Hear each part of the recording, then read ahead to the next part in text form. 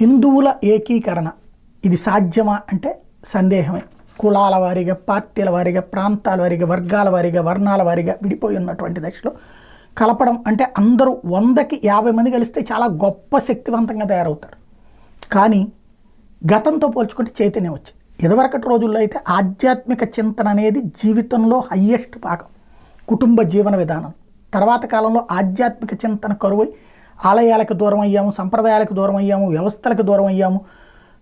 విచ్చలవిడిగా బ్రతకడం, లేదంటే కనుక స్వేచ్ఛ అన్నటువంటి పేరుతో సంప్రదాయాలకు దూరం అయిపోయినటువంటి సిచ్యుయేషన్లో భార్యాభర్తల తగాదాలు, కుటుంబాల్లో తగాదాలు, ఆస్తుల తగాదాలు, ఇట్లా విచిత్రమైన పరిణామాల మధ్యన మానసిక ప్రశాంతత కోల్పోయి బతుకుతున్నాం గత 30 ఏళ్ల నుండి. ఇప్పుడు మళ్ళీ కాస్త తాజాగా అంటే విరుగుట కొరకే, అలాగే విరుగుట అతుకుట కొరకే అన్నటువంటి రూట్లో మళ్ళీ ఇప్పుడు చూస్తే కాస్త కార్తీక మాసం సంతోషం వేస్తుంది. ఆలయాల దగ్గరికి భక్తులు పెద్ద ఎత్తున వస్తున్నారు, దర్శనాలు చేసుకుంటున్నారు, వెళ్తున్నారు.